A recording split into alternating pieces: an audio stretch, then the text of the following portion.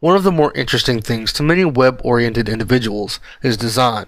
It's an art form in and of itself. Creating a beautiful website requires not only the technical knowledge of how to put a site together, but also the artistic eye that allows them to not only make it functional, but beautiful as well. WordPress is no different. I'm not going to try and teach you how to create your own themes or plugins. That's a very long, complex subject that could be a course of its own. I will, however, show you the ins and outs of finding themes and plugins you can use to make your site look amazing. There are plenty of options for those of us who lack design skills, myself included. WordPress has been around for several years now and has become a powerhouse on the internet. It's used for thousands upon thousands of sites, each yearning to be different and unique. In fact, the numbers indicate that WordPress sites make up about 18% of the internet. That's a lot. This has, of course, grown a substantial market for theme and plugin designers. Fortunately, they have to get their names out there, and the easiest way to do that is by giving things away. There are so many free themes and plugins, it's hard to keep up with them all. In this chapter, I'll show you how to find themes and plugins you want, and use them to your advantage.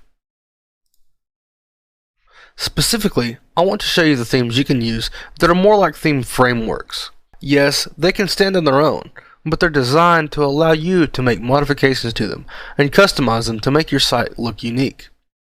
With these framework type plugins, you can change colors, modify your layouts to include more or less sidebars, add and change background and header images, and much more. They basically take the hard part of design out of the equation and allow you to do more with less.